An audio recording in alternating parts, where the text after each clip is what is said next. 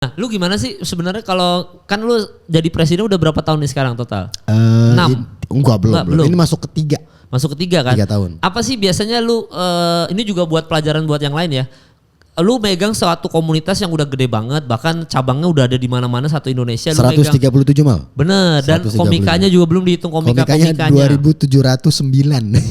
Anjing, kemarin gua habis dapat datanya. Bangsat, 2709 orang. Anjing, banyak banget. Banyak banget ya komiknya 2000 Parah. ya. Kita udah bisa bikin partai.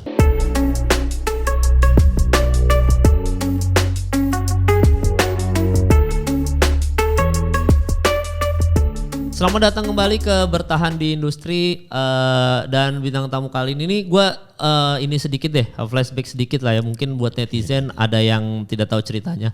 Ini kita rekaman di daerah Cikini, di mana daerah Cikini ini sangat bersejarah sekali untuk saya dan beliau ini ya, karena kita besar di sini, kita tuh akamsinya Cikini lah pada masanya. Kita tuh akamsinya Cikini dan gue tuh punya 2 temen yang temenan tuh udah lama banget dari pertama yang sampai sekarang masih temenan ya.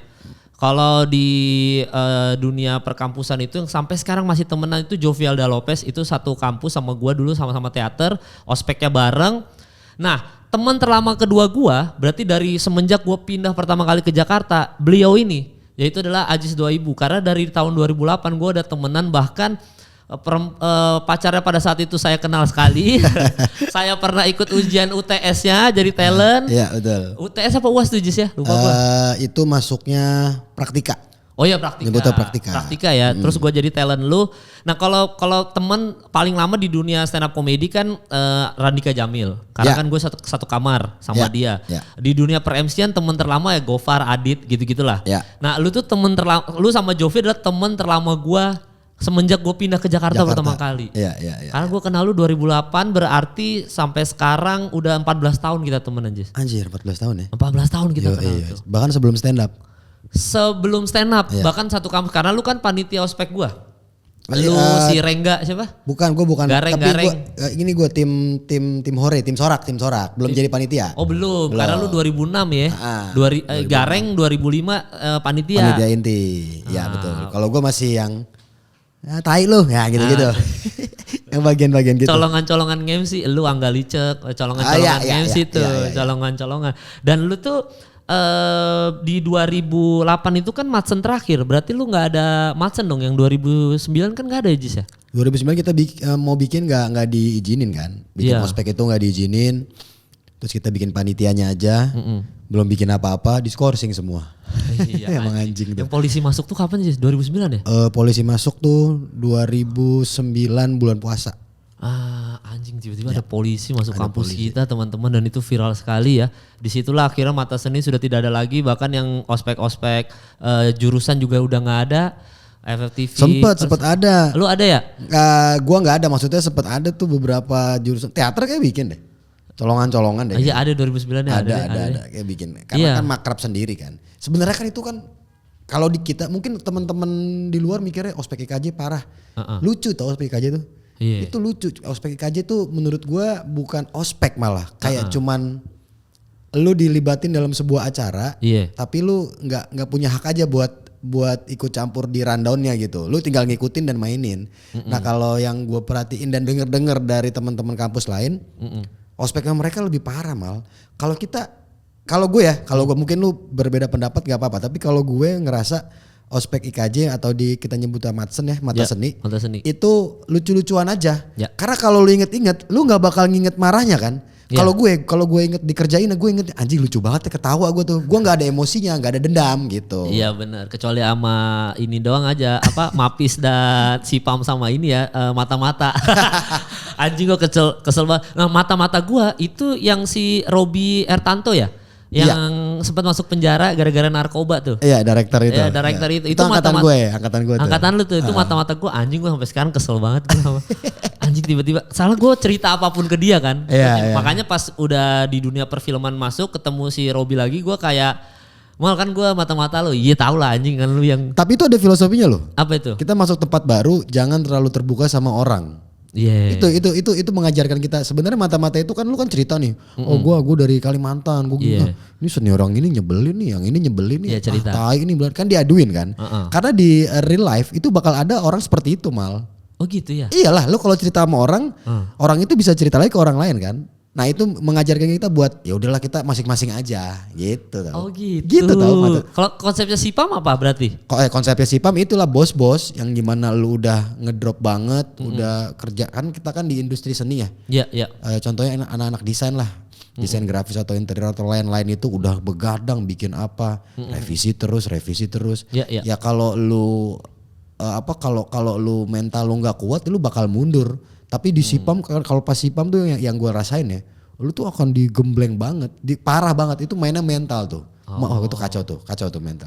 Jadi sebelum ada istilah tahun 2017 ya 2017 atau 18 istilah kena mental, gue udah kena mental 2006.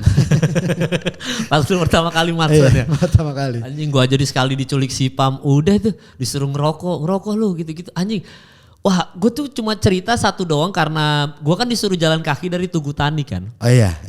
Disuruh jalan dari Tugu Tani terus gue cerita ke mata-mata ini bangsat gue harus jalan kaki dari Tugu Tani pagi-pagi subuh-subuh jalan kaki gini-gini apa segala macem. Langsung entah kenapa seabis makan siang langsung diculik gue sama Sipam langsung ikut gue. Dan gue merah Jis, gue tim merah kan. Gue Taro, gue cuma inget Taro doang gue.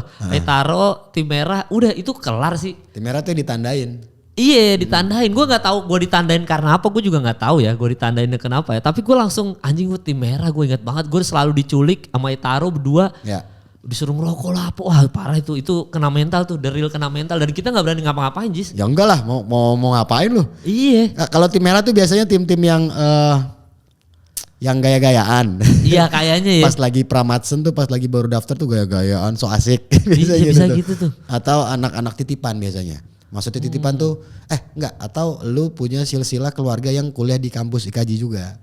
Oh gitu yang merah tuh ya. Merah. Nah kalau yang pink, yang paling ujung itu anak-anak penyakitan. Yang sakit ini, sakit itu. Iya itu emang begitu dibikinnya. Gitu. Karena kan tim merah kan paling deket sama tim sorak kan, penonton. Iya. Nah, itu paling serem tuh di situ tuh. Lu bengong sedikit, lu tidur sedikit udah ada yang tidur bang, gitu kan. Gitu. Tim merah tuh. Oh gitu filosofinya. Kalau yang biru oren itu apa? Itu udah tim-tim ini aja. Dibagi aja. Ya. Pokoknya intinya tuh merah sama pink. Lu waktu jalan dari Tugu Tani itu hari keberapa? Hari pertama Jis. Hari 2-3 kan nggak boleh bawa kendaraan. Ya. Otomatis kan gue naik bajai itu ingat banget gue. Naik bajai berhenti di Tugu Tani. Gue disuruh stop di situ kan. Di situ udah ada senior tuh. Cuman kan mata-mata ini kayaknya memang standby di situ. Pas di Tugu Tani dia bilang, udah terusin aja tuh bajai, nggak ada senior nih. Dia bilang kita ngapain kita jalan kaki dari Tugu Tani, udah lanjutin aja naik motor lagi lo, cari motor kayak apa gitu kan. Nah cuma karena gue masih nurut, gue kayak nggak deh, kayaknya gue jalan kaki aja deh. Dan ternyata emang beneran ada senior tapi nyamar-nyamar gitu lah di situ. Jadi warga, kan. Jadi warga. Tapi mereka itu baik loh Mal. Senior kita kan memang dari pagi kan.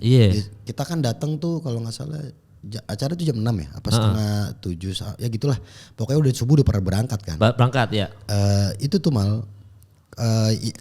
Kan gue kan masuk di kepanitiaan kan pada tahun 2008 itu tuh mereka tuh ngejaga banget loh, maksudnya ini ketika jam segini dari jam 3 bahkan senior tuh udah ada ngejagain di Raden Saleh, Tugu Tani, Gambir, Cikini, Terminal Senen, pokoknya tuh udah pada jaga karena ditakutkan nanti anak-anak kampus kan kalau masih baru lulus SMA gitu kan masih ya belum terlalu berani lah ya. Mereka udah pakai pakaian ospek gitu kan. Atau mungkin dari rumah belum, baru digantikan pas tengah jalan tuh ada yang kayak gitu. Takutnya nanti karena pernah kejadian ada yang dipalak. Makanya kita nggak boleh pakai jam tangan, pakai apa, polosan aja kan. Sepatunya juga sepatu capung semua waktu itu kan nggak boleh yang gaya-gayaan. Jadi biar aman juga. Mereka tuh ngejagain sebenarnya. Karena pernah kejadian ada ini tahun gue kalau nggak salah 2007. Ada peserta yang kepagian datangnya karena dia takut telat segala macam, kepagian datangnya jalan dia dari Raden Saleh kalau nggak salah. Abnormal kan dulu klinik tuh. Klinik tuh kata orang-orang ya. Klinik itu teman-teman. Katanya gitu ya. Itu tuh di situ diberhentiin sama warga dipalakin. Itu dilihat sama Sipam kita, dihantam tuh yang malak. Dia sendirian nih. Yang malak tuh 3 orang apa 2, gue lupa. dihajar, ngebelain si peserta ini. Nah begitu itu kan kelihatannya kan sama peserta, anjing keren nih. Tapi begitu dalam kampus lu yang disiksa. Gitu kan jadinya. Iya anjing. Kayaknya memang kalau Kali Pasir kita maksudnya tahu lah kalau daerah Kali Pasir ini kan rawan-rawan juga ya pada saat itu ya. Iya. Jadi memang istilahnya tuh memang harus dijagain banget karena kita nggak tahu situasinya seperti apa. Bronx banget lah. Bronx banget. Cuma lu ada ke kampus yang sekarang Jis, yang baru ini nih, modern banget nih. Ini gue nggak tertarik ngelihat ini kayak nggak art banget kampus ini. Iya. Terlalu modern. Kalau mungkin karena gue besarnya kita kan sama ya pada masa-masa kampus yang masih jelek ya. Padahal jelek tuh justru nilainya sih kalau buat gue. Karena gini, di anak-anak yang masuk IKJ itu nggak bisa dibilang anak-anak yang sederhana keluarganya. Karena mahal.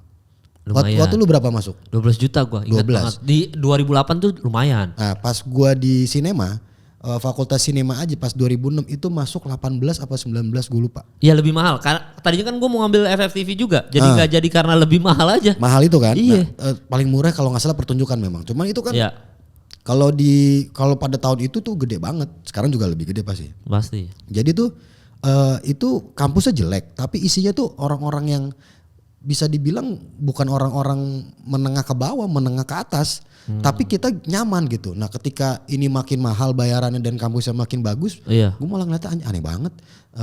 Kayaknya bukan IKJ deh gitu. Kalau menurut gue gitu. Tapi mungkin menurut orang ya udahlah udah berkembang gini nggak apa-apa juga. Iya gitu. Tangganya udah nggak ada tuh, tangga kita naik ke atas itu tuh, yang lewatin dinding kan dulu kita suka ke situ. Tangga dari Kalpas ya? Iya itu udah nggak ada. Iya, udah ada gerbang baru kan soalnya kan, buka gerbang. Nah gue juga baru ke kampus adalah ngeliatin anak-anak angkatan kita jadi dosen. Oh iya. Jadi main kan temen gue yang gitaris gue tuh si Rama. Rama itu kan musik 2006 kayaknya deh. Sama Eca tuh. Vegan. 2007. Oh iya yang Firly itu kan.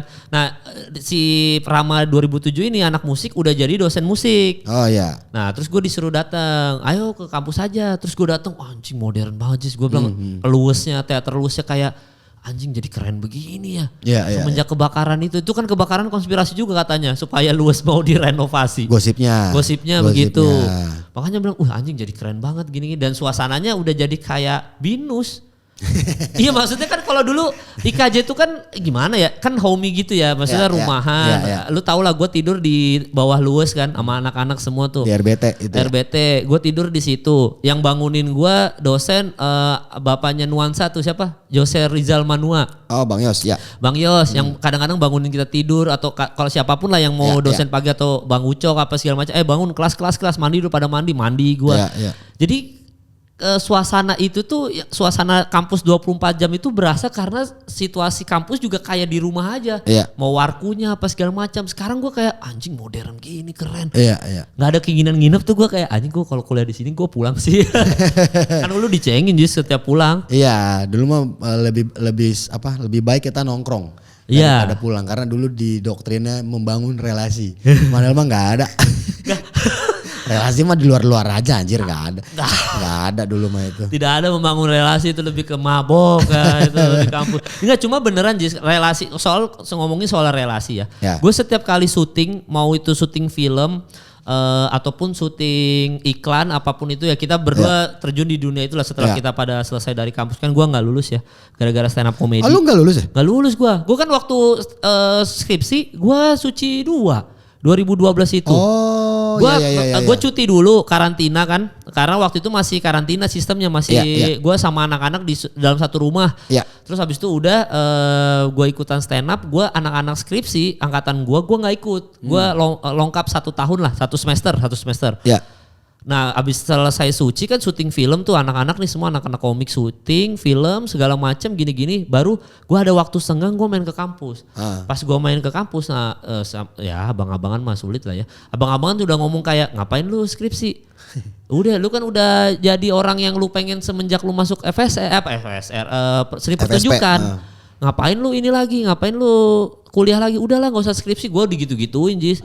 Dan gue juga anaknya kayak ya udahlah kalau emang gue nggak usah skripsi, akhirnya gue nggak skripsi. Nah terus yang senior yang ngomong itu sekarang kemana? tetap menjadi orang. Ya enggak, maksudnya kan dia ngomong-ngomong aja kan tergantung kita mencerna. Gue juga banyak kan. Suci 2 kan gue juga diajakin sama Arif Pirosa tuh. Arif Pirosa. Anak hijrah, kampus sekarang juga hijrah katanya. hijrah. Alhamdulillah. Nah dia tuh pernah bilang udah ikut aja karena kan pertama kali justru enggak, Suci 1 pertama kali audisi itu ada audisi nyebutnya apa ya? Street audisi kali ya. Yeah. Jadi mereka nyari-nyari peserta tuh karena kan Suci pertama tuh belum setelah Suci kan baru mulai naik kan stand up tuh kan. Ya setelah Suci 1. Suci 1. Ya, jadi benar. Dulu tuh dia sampai bikin audisi di ruang 104 yang ada tuh 104 di FSP tuh. FSP iya. Ruang gua latihan teater tuh. 104 ya yang ada kacanya itu. Nah, dia tuh bikin audisi sama Mami Jo waktu itu. Gue dipanggil sama si Arif, ikut. Kucrut. Arif kucrut terus abis itu ikut ya yang audisi di Studio Orange. Suci 1 tuh. Yeah. Cuman kan nggak dapat golden ticket seterusnya kan. Gue cuman dapat golden ticket. Gue dapat golden ticket tapi nggak ditelepon. Habis itu. Nah, Suci 2 itu kan gue juga mau TA, mau tugas akhir waktu itu. Si Arif juga minta, ayo lu ini aja. Ntar aja Arif, gue mau ini. Alah ngapain? Gue sih gue ikutin dia. Lalu ngapain ngatur-ngatur gua, kata gua enggak, gua mau lulus, gua bilang gitu. Suci 2 gua enggak ikut akhirnya karena itu karantina itu. Kalau gue ikut kita barengan emang Suci 2. Iya, dan lu gua Boris enggak lulus juga akhirnya kayak gua. Lulus gua. Enggak, kalau lu ikut karantina. Bisa jadi. Iya, bisa kan? jadi karena udah lulus itu kan masalah waktu, Mal. Iya. Jadi ada yang bilang lu kok lama banget sih lulus? Masalah waktu. Bener masalah waktu, tapi ketika waktunya udah ada dan gak lu ambil, bisa jadi tuh waktunya gak bakal datang 2 kali.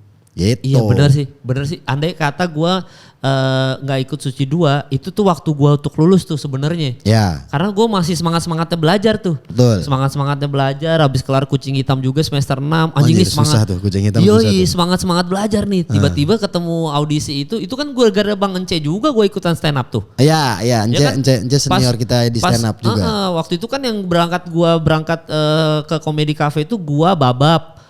Gua Babab karena Bang Ence bilang kan lu pada Kucing Hitam nih, udah datang ke Comedy Cafe aja tuh lagi ada stand up tuh, siapa tahu lu mau ngebadanin latihan berdiri aja sono. Nah, gua anak teater berangkat semua gara-gara Bang Ence tuh. Iya. Dulu motor lu masih Thunder tuh. Yoi. Motor tukang bensin eceran. Udah keren banget ya kayak Thunder. Capek gua ganti Vario soalnya capek di Jakarta ternyata kopling. Terus gua pas ke Comedy Cafe ya disitulah ada Panji, ada Radit, ada Kompas TV, ada Metro TV. Ya, gue lupa deh waktu itu lu ada atau enggak tuh yang waktu pertama. Anak teater datang semua ke sana. Enggak. Gue datangnya yang pertama banget 13 Juli 2011. Oh, lu pertama banget ya? Tapi gue di luar karena udah kebanyakan line up-nya kata si Ko Ernest waktu itu. Oh, dia yang ngatur tuh ya. Dia yang ngatur. Nah, kalau gue pas anak teater pada berangkat masih bisa tuh, dan di situ hari pertama Mongol open mic juga. Oh, yang lama itu katanya sejam itu ya? Iya, jadi gua Mongol tuh pertama kali tuh open mic ya. Kalau headliner udah Asep Suaji gitu, Lukman Bayhaqi, udah mereka lah. Cuma itu pertama kali Mongol ada di situ juga. Nah, Mongol ditawarin Metro TV diambil, gue juga ditawarin Metro TV open mic itu kan. Terus ngambil tapi plus gue ikutan audisi karena Kompas juga nawarin. Udah ikutan audisi aja. Keterima anjing audisi.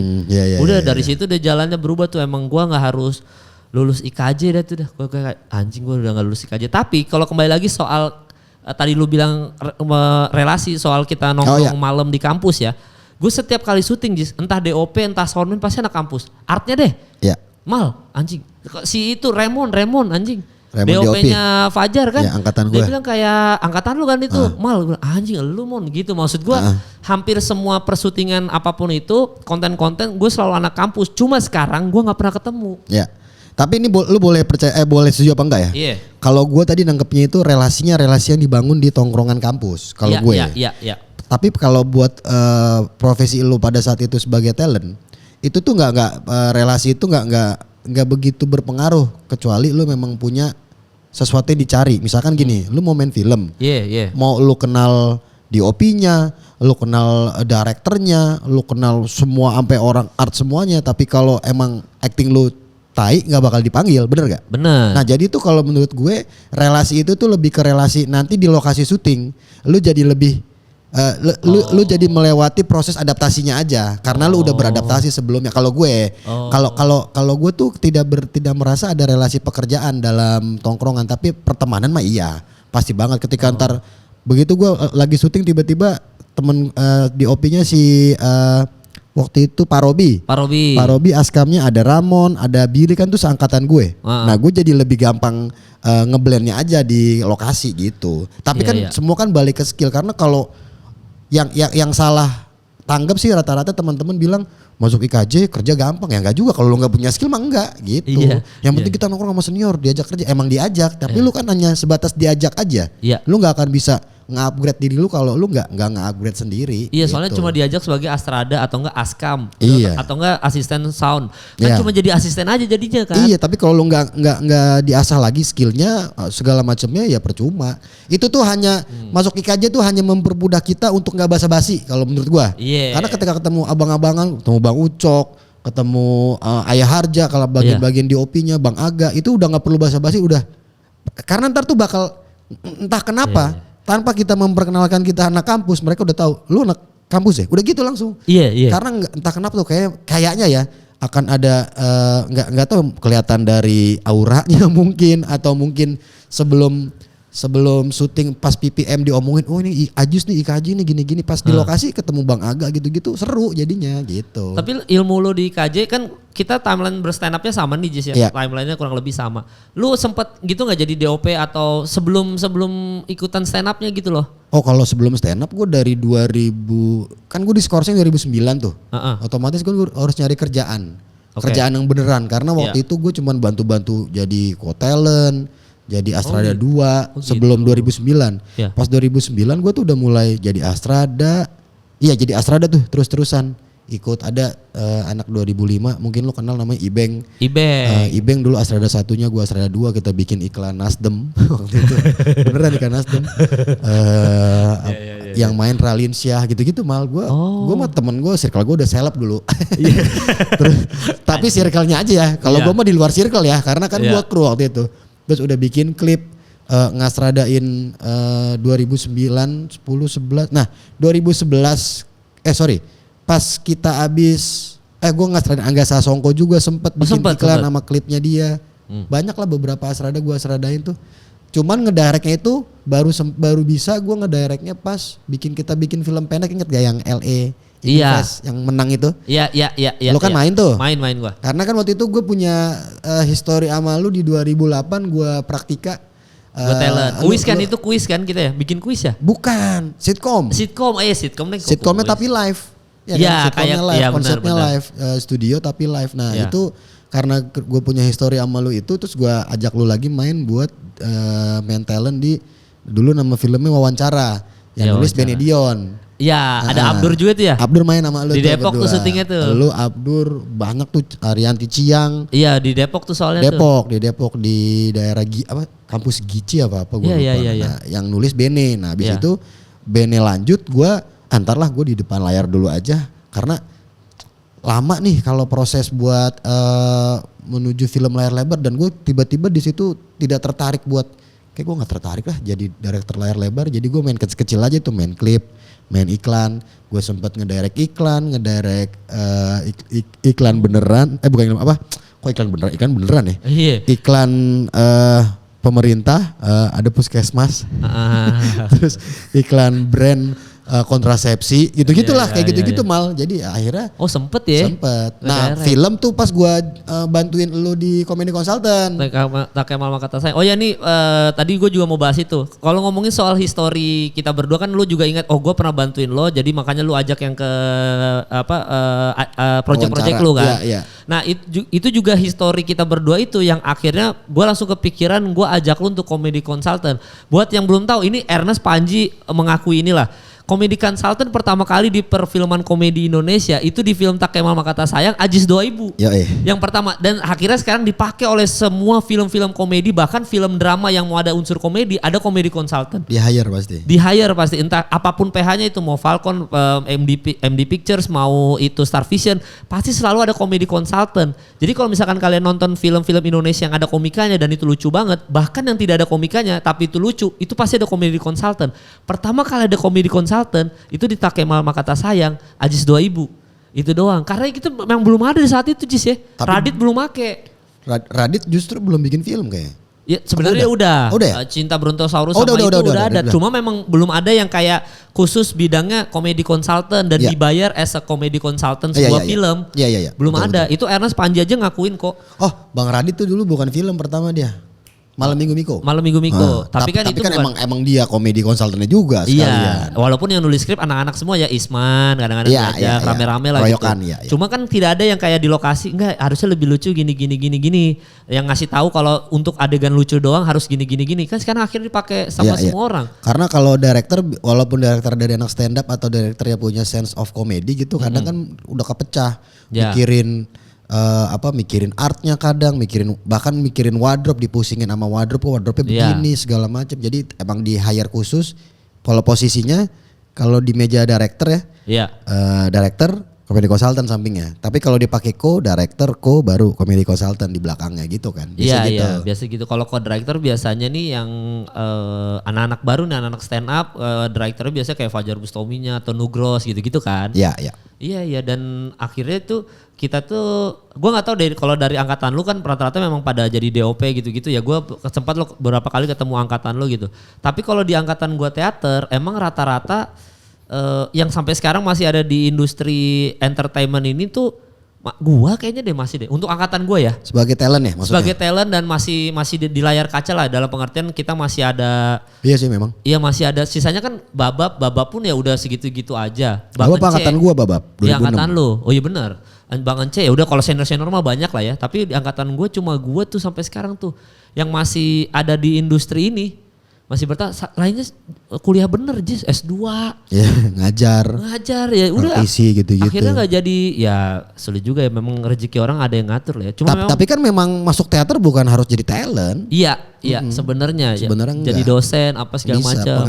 Tenaga pengajar lah bisa jadi kayak, atau dia sesimpel dia masuk kadang ada yang cross genre gitu dari teater. Dia jadi director film ada. Director series ada. Kadang gue dari sinema jadi talent, kan cross genre juga. Jadi sebenarnya yang penting udah tahu ilmunya aja gitu. Kan nilai lebihnya adalah ketika anak teater diajak sebuah project ketimbang bukan anak teater, nilai lebihnya anak teater udah paham nih mesti pendalaman karakternya seperti apa kayak gitu-gitu. Iya benar. Nah, salah satu juga nih teman-teman dosen gua yang pengajar gua sampai sekarang masih ada di dunia entertainment itu Mas Yayu. Oh Mas Yayu. Mas Yayu tuh dulu, nah itu termasuk salah satu, tapi bukan dosen inti ya, dia tuh kan pantomime-nya kan, Mas Yayu itu. Di SDM lu, Senadi di Mime ya? Senadi di Mime, tapi sampai sekarang teman-teman masih ada di industri, makanya setiap kali ketemu Mas Yayu terus aktingnya hebat, dipakai Aco, kan main di filmnya Aco Abdur, filmnya Abdur ada Mas Yayu. Pokoknya Mas Yayu ada hampir di semua perfilman sekarang dia ada. Itu tuh emang didikan teater tuh, pure didikan teater, asli bener-bener hidupnya emang udah di dunia teater dan acting aja sih ya. Karena kan Mas Yayu tuh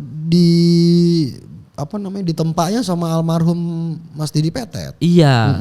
Jadi sama memang Mas Sena juga. Mas Sena juga zaman itu. Cuman mungkin teman-teman agak kurang familiar sama Mas Sena kan. Iya. Ada Mas Sena tuh, jadi Mas Sena sama Mas Didi sama-sama udah almarhum keduanya tuh bikin udah almarhum kan ya? Iya, dua-duanya. Bikin gue takut salah ngomong gue nih. Iya, Kuru Pantomime. Bikin project itu, SDM Sena Didi Mime. Nah, salah satu orang yang masih kelihatan menonjol sekarang ya Mas Yayu gitu. Mas Yayu, dan itu memang salah satu, itu Mas Yayu dulu galak banget sama gua, sama anak-anak baru tuh. Wah, gila galak, karena memang Mas Yayu masalah mental dan attitude dia penting banget ya. Itu juga yang termasuk salah satu yang akhirnya membantu kita masuk ke dunia perfilman ketika kita ketemu Mas Joko Anwar yang sutradara superstar lah ya, hitungannya sutradara keren gitu. Kita jadi bisa jaga sikap gitu Jis. Karena abang-abangan tuh ini ngingetin ya abang-abangan nih supaya, jadi kita kalau ketemu artis baru yang ngehe kayak aduh lu sih kagak gitu loh Jis, berasa gitunya Jis. Lu sih nggak ini. Pembekalan kita Madsen ketika kita digojok di kampus nongkrong sampai malam, itu tuh nyampe ke kita berdua akhirnya bisa bertahan sampai sekarang di sini Jis. Mungkin ya. Iya. Ada faktornya maksudnya, juga ya. Siapa yang ngira ada komedi konsultan? Siapa yang ngira sekarang lu bisa jadi presiden stand up Indo?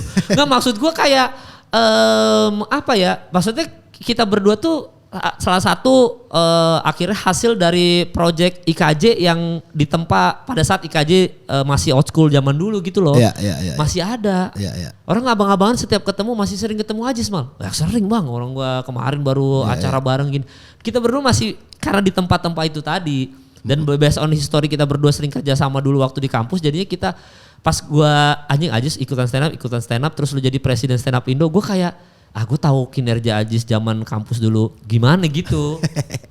Maksud gua makanya setiap kan sekarang stand up Indo tuh project-projectnya tuh udah yang wah entah itu stand up gunung, entah itu yang Jambore, terus habis itu kalau kalian tahu juga uang kas stand up Indo tuh banyak banget teman-teman, banyak banget. Buat hitungan ini ya, buat hitungan komunitas cengengesan ya. Iya buat komunitas parah. Belum lagi brand-brand yang sekarang masuk ke stand up Indo gimana cara karena kemampuan memanage itu gue udah lihat lo ketika di kampus kan, ketika lo memanage yang pas gue jadi talent lo sitkom itu, lu harus gini, lu ngurusin semuanya wardrobe, set-setnya, artistikannya lu urusin gini. Dari situ gue ngerasa bahwa kelebihan lo dari para stand up presiden-presiden yang lain tidak menyudutkan presiden yang lain karena semua keren ya. Tapi kelebihan lo adalah memanage itu karena dan mental kampus itu Jis, mental berkaryanya itu loh. Akhirnya stand up Indo di era lu kan kayak wah anjing paling banyak acara, banyak sponsor. Amin. Iya jadi uang kas kan setiap kali lu ngomong di grup uang kas kita segini-segini. Dan waktu gue gila juga aja sih yang ngurusin ini doang uang kas segitu. Kuncinya tuh ya semua orang bisa, anak-anak komika manapun semua bisa jadi presiden stand up. Kuncinya adalah harus harus bangun lebih cepat.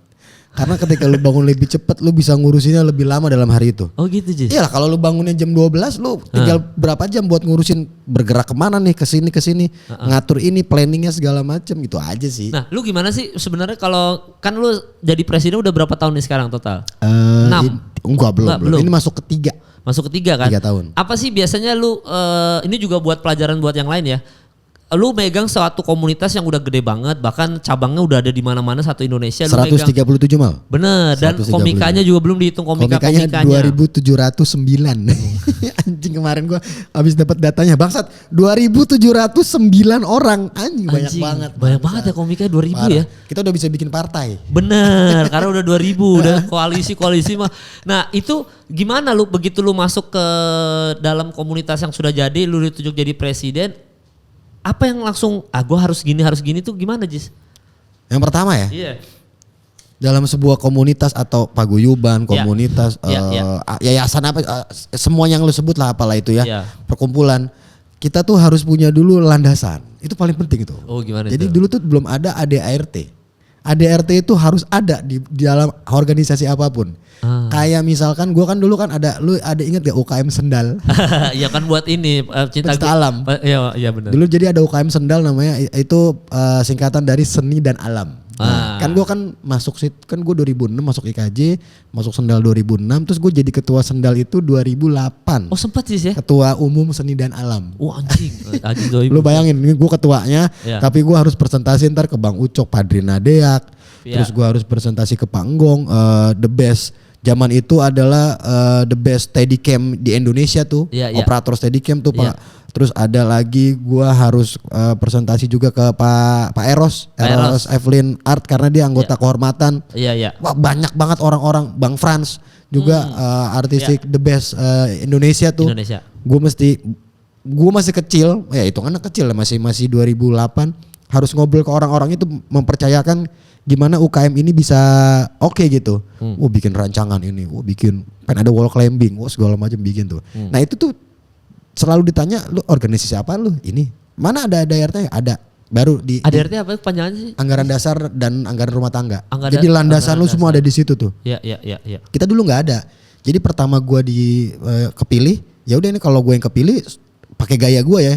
Nggak ada nih gaya santai-santai. Kita santai orangnya, tapi ketika ngomongin komunitas harus benar-benar. Oke. Cengengesan nggak apa-apa, ketawa-tawa nggak masalah. Ya humor gitu kan, kita hidupnya dengan humor. Tapi ini harus serius.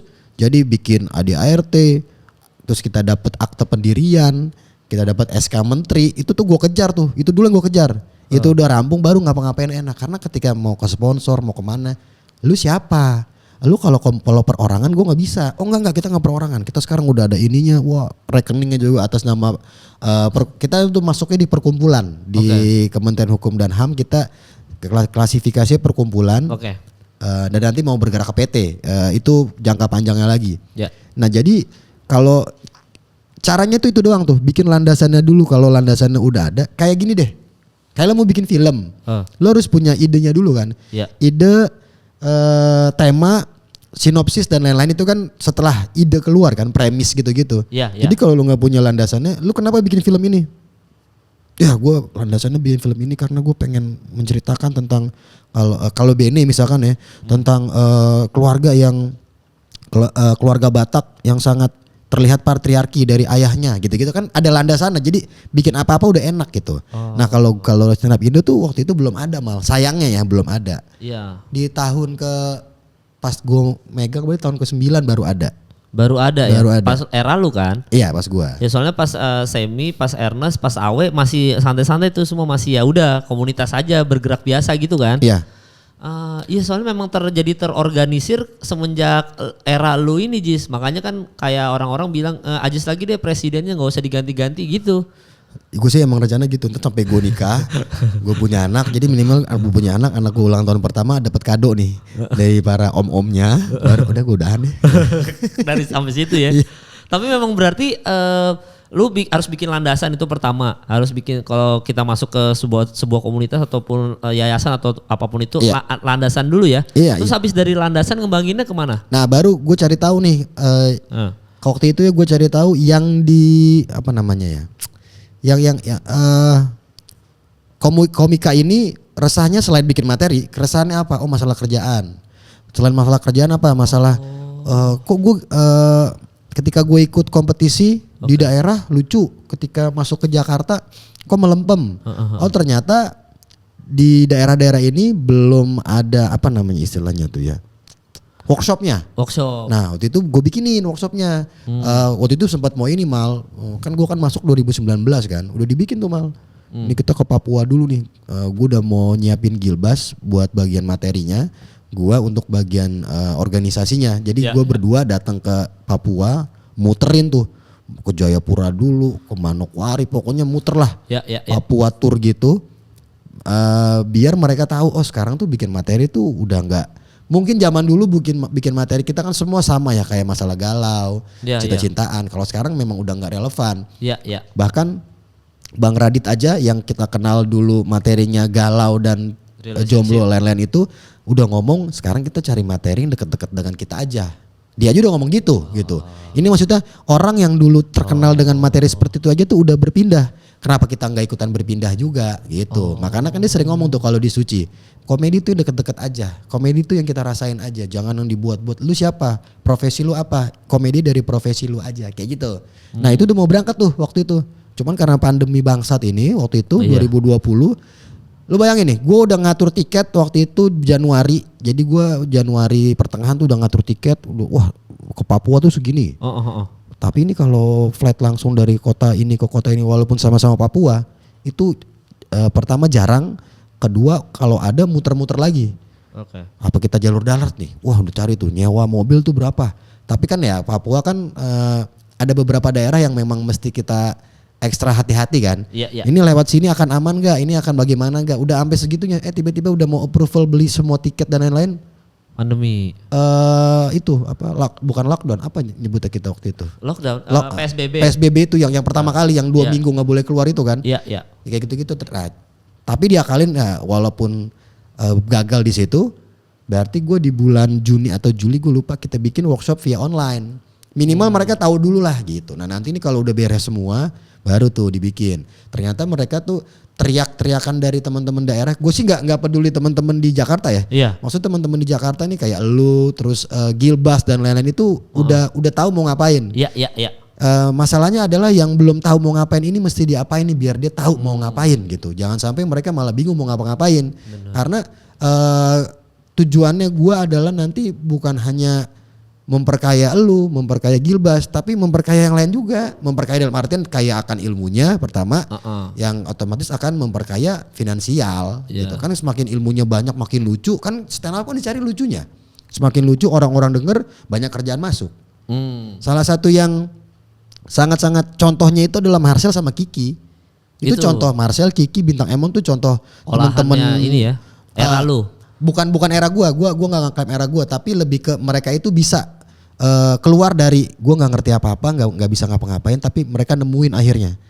Bintang Emon nemuin gue dari sini, dari monolog gue nih bisa jadi sesuatu. Marcel dari kemiskinan gue bisa jadi sesuatu. Kiki yang ternyata baru menemukan dirinya adalah lebih kuat di roasting daripada di materi biasa gitu. Itu kan berjalan dengan waktu kan. Mereka akan ketemu sendiri, tapi karena mereka di Jakarta jadi lebih gampang aksesnya mau ngapa-ngapain gitu. Karena yang di luar nih, gue sih concernnya anak-anak timur, Indonesia Timur tuh. Tapi masih ada nggak komika baru yang sekarang mau jadi komika kenapa? Pengen main film, pengen jadi artis? Banyak. Nah yang kayak gitu biasanya nggak bakal jadi. Nah iya, tadi gue kemarin collab sama Nope juga bilang kayak gitu. Dia bilang pokoknya Bang Kemal kalau di komunitas itu ada yang goalsnya udah pengen jadi artis kayak abang-abang semua ini pengen jadi main film gini, pasti nggak jadi apa-apa. Nggak jadi apa-apa. Nah lu setiap workshop itu lu udah mau ngasih mindset itu ke mereka? Iya. Kan dari awal kan bahkan gue sempat sering ngomong di tweet atau di Instagram gitu-gitu. Ya. Ini yang kalian lihat sekarang tuh dulu nggak kepikiran jadi seperti ini. Nah. Kayak Ernest lah kan dulu Ernest pekerja label. Iya label, DRM ya. Bukan Sony kalau nggak salah. Sony ya. Sony apa dia tuh? Apa musik gue lupa. Pokoknya dia label lah yang megang-megang Last Child gitu-gitu. Iya. Jadi kayak mereka kan nggak kepikiran buat sekarang. Terus tiba-tiba masuk stand up, terus jalannya ada lagi jadi director. Sekarang jadi produser. Aco gitu. Juga dulu masih kerja tuh Aco kan. Aco, gue inget dulu Aco tuh kantor dekat-dekat Cikini sini nih. Iya, dekat-dekat IT gitu dia tuh. Iya. Tiba-tiba memutuskan resign jadi seperti sekarang. Gitu. Bahkan di era lu sekarang selain YouTube-nya udah jalan nih Jis ya, maksudnya YouTube stand up Indo. Ya kan lu yang benar-benar menjalankan YouTube-nya, ada stand up bola, ada yang bulan puasa, ya, pokoknya ada live-nya gitu. Plus lu juga kadang-kadang tuh jadi sekarang mengorganisir ketika komika kena kasus Jis. Iya kan Jis? Maksudnya kan Aco nih kena nih, Marcel kena nih, apa siapapun lah yang lagi kena. Akhirnya pintunya juga dari lu gitu. Ya kalau itu kan udah otomatis ya Mal, siapa ketuanya. Kalau gue sih nggak gue pengennya gini, ketika mereka bahagia gue ada, stand up Indo ada. Ketika mereka seneng stand up Indo ada, tapi ketika mereka kesulitan stand up Indo juga harus ada sih. Kan, apalagi kasus-kasus kayak kemarin kan ya kalau mudah-mudahan itu cuma sekali aja karena itu karena kalau sekali kita bisa nyebutnya hilaf kan, kalau berlebih-lebih kan emang doyan kan. Jadi kalau Marcel kayak Marcel, Coki, Aco, Viko, Aco tuh kayaknya sebelum gua. Oh yang masalah yang apartemen sebelumnya. Yang lain-lain tuh jadi biar McDani gitu-gitu. Yang berasa sih McDani sih. Jadi berapa hari gua jadi ketua pas stand up itu ketangkep tuh sama Reno kayak bangsat PR gue langsung gede banget ini. Nah iya kan itu kan lu yang gue bilang anjing Ajis nih yang ngurusin semuanya nih per kasus-kasusan, mau yang ada gerbek BNN atau apa segala macam. Tapi enggak gue juga semua, ada teman-teman yang ngebantu kayak Mo gitu. Maksudnya gue enggak bergerak sendiri lah gitu. Oh ada teman-teman juga ya. Pasti ada yang ngebantu kayak ya yang disomasi teman-teman yang kena su apa segala macam. Masuk tuh ya ke laporannya ke lu semua. Ada. Cuman ya sekarang sih kan kalau lu engah tuh di grup kan gue udah bilang pokoknya segala tindak tanduk teman-teman itu harus dipikirin dulu. Kita hanya bisa menolong di beberapa poin. Maksudnya kayak Marcel kita bisa bantu lah. Maksudnya bantunya tuh kita mediasi, kita Mamat kemarin kita mediasi gitu. Cuman kalau udah hal-hal yang memang ya jangan sampai kejadian ya ketika ada yang menghilangkan nyawa orang lain yang gitu-gitu sih itu mah gue udah lepas tangan lah, itu bukan urusan gue lagi, itu udah pribadi lu aja gitu. Lu selalu ngingetin sih waktu yang Mamat aja ini obrolan di grup tipis-tipis ya, gue nggak mau bocorin semuanya, tapi yang jelas Ajis tuh ngomong gini, Mat udah tahan dulu tuh emosinya gini-gini, jangan lu nge-tweet begitu dulu, ini kan gue lagi bantuin lo nih, nggak ada gitu-gitunya tuh. Iya tuh mengancing tuh Mamat tuh. Ketika kita lagi bantu ini kan dia lagi istilahnya lagi berantem di permukaan. Iya. Kita di dalam airnya lagi ngobrol, lagi diskusi di permukaan tuh kayak wah elah kata gue giran karena apa-apa ntar nangis gue yang bingung kan. Iya. Akhirnya kan itu pokoknya gini, percaya aja sama anak stand up. Sesama anak stand up harus percaya, jangan percaya sama di luar itu. Mama tuh percaya sama orang-orang di luar itu. Yang Mamat pikir tuh pada saat itu lebih ngerti, padahal yang enggak juga. Lu ngeliat kita ketawa-tawa, lu ketawa-tawa, teman-teman ketawa-tawa, lah emang lu nggak tahu mereka di belakangnya bisa ngobrol apa kan? Kita nggak ada yang tahu gitu. Nah waktu itu tuh udah waktu itu Mal, ini bocoran aja, waktu itu tuh udah enak banget nih, udah ini kayak akan selesai cepet. Si Mamat tiba-tiba ngoceh lagi ya, udah nggak bakal kelar, orang lagi disiramin air, apinya dia nyiramin bensin, ya ada yang nambah ada yang mati kan, tapi kan makin lama makin berkobar apinya. Iya, itu ada tuh momen-momen gitu guys. Bahkan ini yang lucunya ya, fun fact-nya, grup WhatsApp itu kita Jis, itu kan sebenarnya gue yang bikin untuk kita party-party tahun baru. Iya tahun baru waktu itu. Gua Aco, Awe, gue inget banget tuh. Akhirnya udahlah terusin aja jadi grup. Jadi grup stand up Indo yang penting-penting nih, komika yang terkenal nih gitu. 2000 berapa itu ya? 16? Lupa gua. Iya pokoknya segitulah. Intinya kan cuma mau kita mau tahun baruan di mana nih, itu doang kan. Karena waktu itu ada momen tiba-tiba setahun itu kok anak-anak stand up gak dapet job. Iya. Yeah. Kan? Padahal sebelumnya itu tahun baru, nyayur tuh. Nyayur. Di mana-mana. Di mana-mana. Tapi pas kayak 2017. Ya pokoknya 2017-18 itu tuh bener-bener, seingat gue ya, bener-bener itu kita lagi nganggur semuanya. Sehingga kita ngobrol, udahlah daripada kita nggak ada kerjaan, nggak ada job gini, ngumpul aja lah anak-anak, bikin grup aja, bikin grup. Anjing dari bikin grup hura-hura sekarang bikin grup mengatasi masalah komika. Sampai pokoknya pemberitahuan, wah ini nanti kalau ada BNN harus begini. Itu informasinya semua kita udah masuk gitu. Gue itu waktu kan gue apaan cerita. Tadi dulu kalau ada BNN apa itu maksudnya? Ya kan lu harus kasih lihat suratnya apa-apa gitu-gitu loh. Suratnya jangan asal masuk-masuk aja nih. Iya. Waktu kan gue cerita di Pras kan gue kalau ada penggerebekan yang aneh-aneh. Ya. Waktu itu gue sempat collab sama Pras, gue cerita ke Pras, gue sempat digerebek BNN. Lu? Apartemen gue yang sekarang digerebek gue. Ya itu waktu era-era Viko lagi rame aja kok, anak-anak komik digerebek. Oke. Terus gue pas gue digerebek itu, gue cerita juga, gue langsung buka handphone, gue mau lihat chat lu Jis. Karena gue sempat, pokoknya Ajis tuh sempat bilang di grup, kalau ada penggerebekan tiba-tiba gini-gini, minta surat ini, minta liatin surat ini. Gue kan karena tidak ada ekspektasi, gue nggak mungkin digerebek lah. Ini anak komik yang lain yang kemarin sempat di penjara kan. Gue mah kayaknya aman. Tiba-tiba suatu pagi gue digerebek. Anjir. Dan lu pokoknya 2 hari sebelum itu lu udah ngingetin di grup itu, kalau ada penggerebekan, lu minta surat ini, kasih lihat surat ini berarti itu resmi kalau ada. Baru lu boleh gerebek. Kalau nggak ada, lu boleh suruh mereka pulang. Iya. Gua lupa, gue lupa baca chatnya Ajis, gue bilang gitu. Akhirnya gue buka WhatsApp, polisinya langsung ngomong, jangan buka handphone, kita tahan, langsung dipegang handphone gue. Gitu. Tapi karena gue emang bukan pemakai, gue berani, ayo Pak tes urin apa, bergerebek aja. Cuma ya gue kan greget aja dengan chat lu itu. Apa ya yang waktu itu Ajis nulis apa ya gitu. Karena kan itu gue sempat ngobrol sama petinggi-petinggi lah beberapa. Emang gimana sih prosedurnya Pak, gini-gini izin nanya bla bla bla. Oh ya gini. Ini valid gak? Boleh gak kita lakuin? Boleh. Kalau ketika kita menanyakan mana suratnya, kenapa? Maksudnya itu harus ada ini juga pertama. Kenapa lu digerebek? Apakah ada laporan warga? Ya, laporan. Apakah ada terindikasi ini urutannya nih kayak ke Kemal nih? Apa namanya? Bukan tebakan. Asumsi. Tersangkanya. Iya. TO. Targetnya gitu-gitu lah ya. Apakah memang lu disebut nama lu sama orang yang ketangkap atau gimana? Kan bisa kayak gitu kan. Jadi ada surat tugas lah gitu. Ketika nggak ada, itu dipertanyakan. Ditakutkan yang itu tuh oknum yang ketika datang nggak ada surat. Ya ini tanpa menyudutkan juga nih. Cuma ini udah cerita, udah bisa kita temukan di internet udah banyak cerita kayak gini.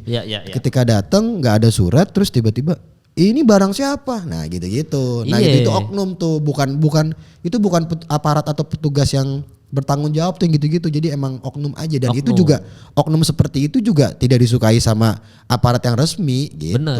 Nah makanya Pak, gue cuma ingat warning lo itu, sehingga pas mereka datang itu gue cuma nanya, Pak suratnya mana? Gue langsung gitu, karena gue ingat baca grup itu, bilang suratnya mana Pak gitu. Terus habis itu ini suratnya gini, karena ada laporan Kemal makin narkoba. Dari siapa? Bilang gitu. Ya pokoknya ada laporan aja. Nah gue nggak tahu tuh, dia cuma bilang gitu. Memang itu memang disembunyikan, namanya nggak boleh. Ya nggak boleh kan. Nah laporan dari siapa? Terus abis itu gue cuma ingat lu hati-hati pokoknya cek apa segala macam. Makanya pas dia gerebek, gue cerita di Pras juga, gue langsung bilang ke security apartemen, Pak tolong liatin takutnya bapak-bapak ini ada ngelempar sesuatu, saya jaga di kamar soalnya saya jagain takutnya ada ngelempar sesuatu. Itu aja warning lu itu gue ingat.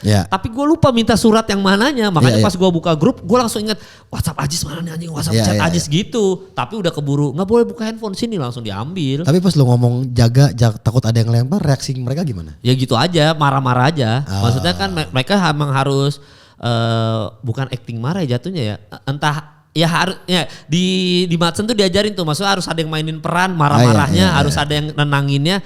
Gue ngerasa bahwa mereka lagi main peran nih, jadi harus ada yang ngamuk-ngamuk kayak enak, kan gue pas dia masuk kan tiba-tiba ngetok pintu kayak normal security gitu, terus pas buka pintu kan langsung masuk keroyokan 5 orang langsung masuk kan, pakai sepatu apa, gue kan langsung bilang, Pak yang sopan dong, ini tempat saya, sepatu lepas dulu lah gini-gini.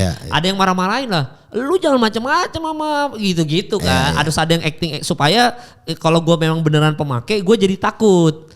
Takut, tapi karena gue tidak make, jadi gue berani adu argumen. Benar, intinya kalau kita nggak salah kita jangan pernah takut. Iya, gue jadi adu argumen. Akhirnya mereka lepas sepatu, walaupun tetap marah-marah. Nah walaupun lucu banget lagi. Ya udah dah lu, buka sepatu gitu lucu banget itu. Iya, gue suruh buka sepatu. Terus habis itu pas sudah selesai tes urin gue negatif, ya akhirnya mereka jadi baik. Maaf ya Mas Kemal, jadi minta maaf gitu.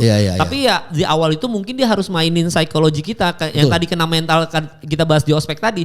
Supaya kalau gue bersalah, emang gue akhirnya tanpa mereka harus grebek-grebek, gue langsung ngeluarin, Pak ini barangnya Pak saya bener make gitu kan.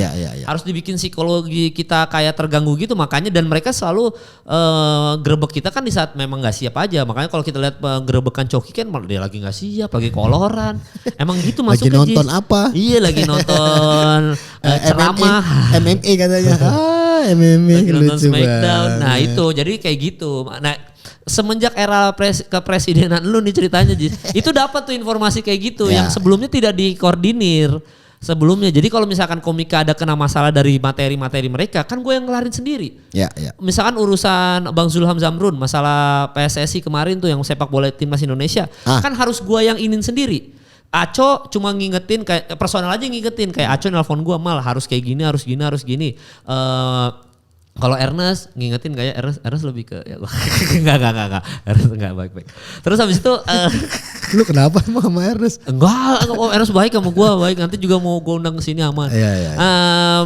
Intinya kayak komika yang akhirnya ngingetin personal. Malu kan lu lagi diserang timnas supporter bola, David misalkan, gue pernah kayak gini caranya harus gini.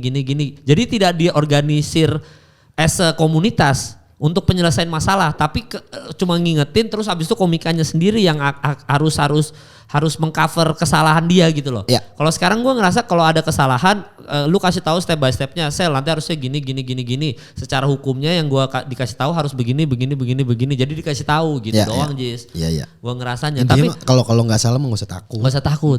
Tapi program lu apalagi Jis yang belum dijalankan untuk stand up comedy ini? Mungkin kedepannya ini program lu nih. Itu sih. Lu apa aja? Yang apa tour apa gue nyebutnya study tour ya, karena benar-benar belajar. Jadi kayak ke Papua gitu-gitu, terus pokoknya gue menyisir dari timur dulu sampai ke Aceh lagi, karena kalau barat tuh sarananya udah banyak, fasilitasnya di YouTube tuh udah banyak, terus mereka bisa nanya-nanya juga, banyak seniornya juga. Kalau di daerah timur tuh ya nggak tahu ya, kasihan juga kadang daerah timur tuh bisa dibilang memang mungkin walaupun matahari terbit awalnya di sana ya, tapi tuh kadang ilmunya telat nyampenya di sana tuh.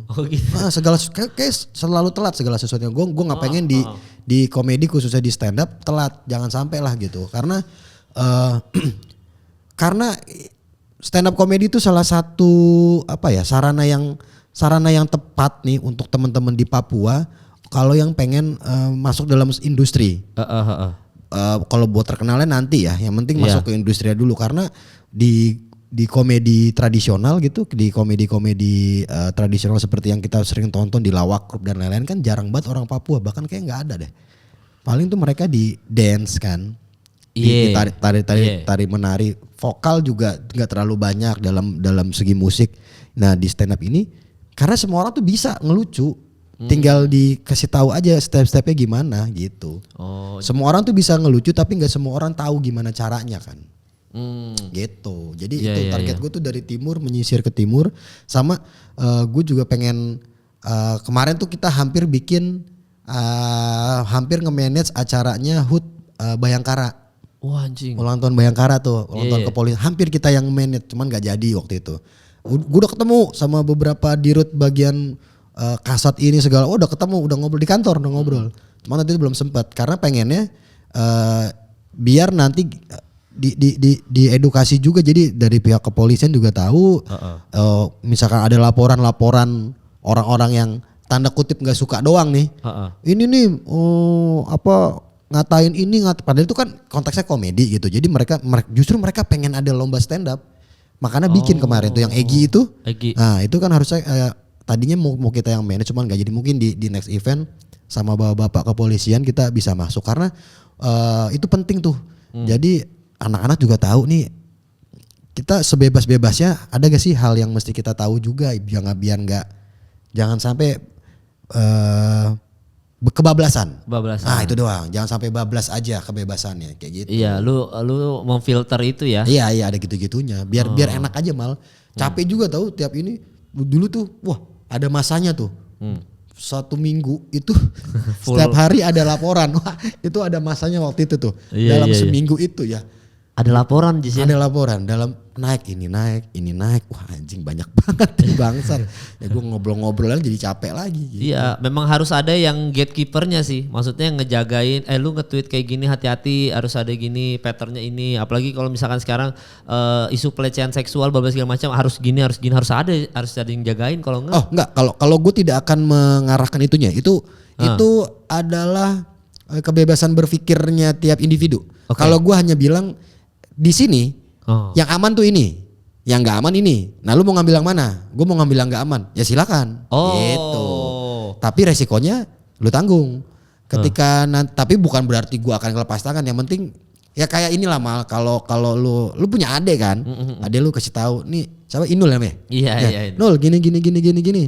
Ya bang. Tapi ternyata dia ngelakuin yang gak lu arahin.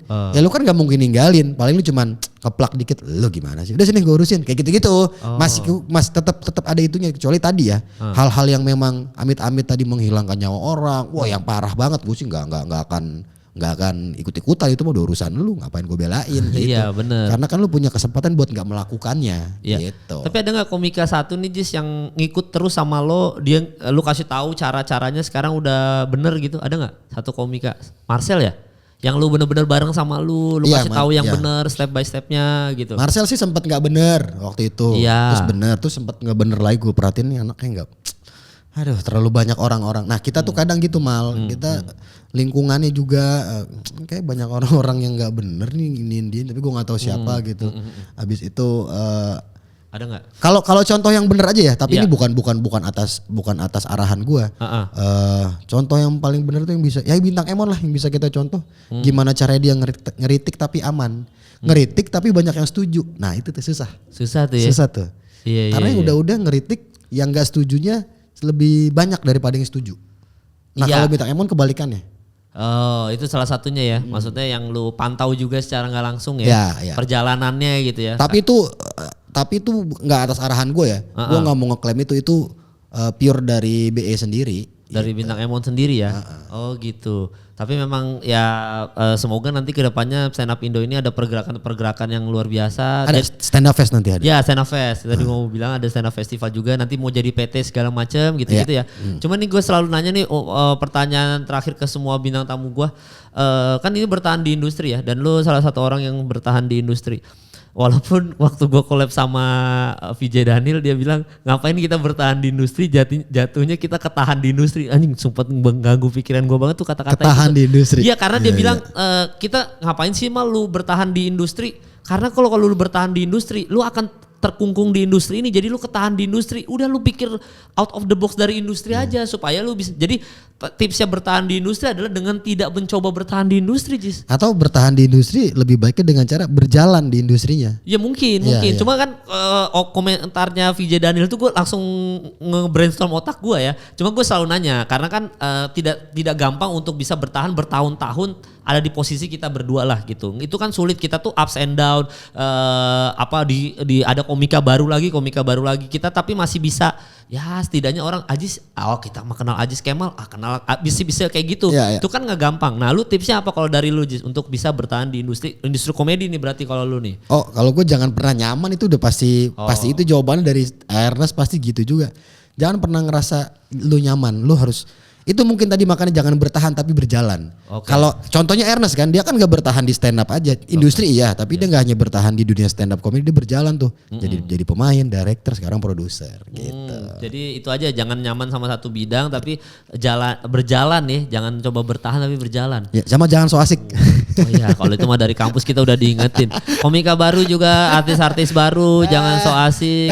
Artis baru terserah ya, gue gak peduli, yang penting anak stand up jangan. Ya kan kalau gue masih sering ketemu. Iya. Artis baru jadi tolong ya jangan Bang Kemal ngelucu-ngelucu anjing lu ya. Pokoknya sehat-sehat terus ya Ajis buat Ajis. Semoga program-programnya makin sukses ke depannya, makin banyak komika yang bagus-bagus, akhirnya jadi perusahaan Stand Up Indo punya kantor yang gede kayak MD Entertainment. Amin, dan tidak ada komika narkoba lagi. Iya, tidak ada yang kayaknya sulit ya kalau. Oh enggak, sekarang udah gak ada sih. Iya sekarang udah gak ada. Karena yang waktu itu juga ancam lu masih kayak gini cabut lu. Nah. Iya. Gitu ya. Kalau beli bokep masih boleh Jis? Ngapain beli? Kan banyak di Twitter. Iya banyak ya. Katanya. Tapi gue kebaya merah gue lihat di Twitter sih ya. Bukan gue, tapi kan gue mencari tahu ada apa sih kebaya merah gitu. Gue lihat. Tapi sukses terus buat Ajis, yang buat nonton juga sekali lagi kalau ada kesalahan, kalau ada kesalahan terus gue dimarahin sama Sujiwo Tejo ngomong kayak gitu. Maafkan atas kesalahan yang gue lontarkan dari gue dan Ajis di episode kali ini. Iya. Jadi kalau misalkan kalian itu wah ini salah udah jangan dihujat, langsung benerin aja di kolom komentar, silakan berdiskusi supaya gue dan Ajis bisa dapat knowledge baru dari kalian yang sangat-sangat pintar ini daripada gue dan Ajis, dan dapat knowledge baru lah gitu-gitu. Jadi kita tahu cara bersikap. Thank you udah nonton episode kali ini, sampai bertemu di episode selanjutnya.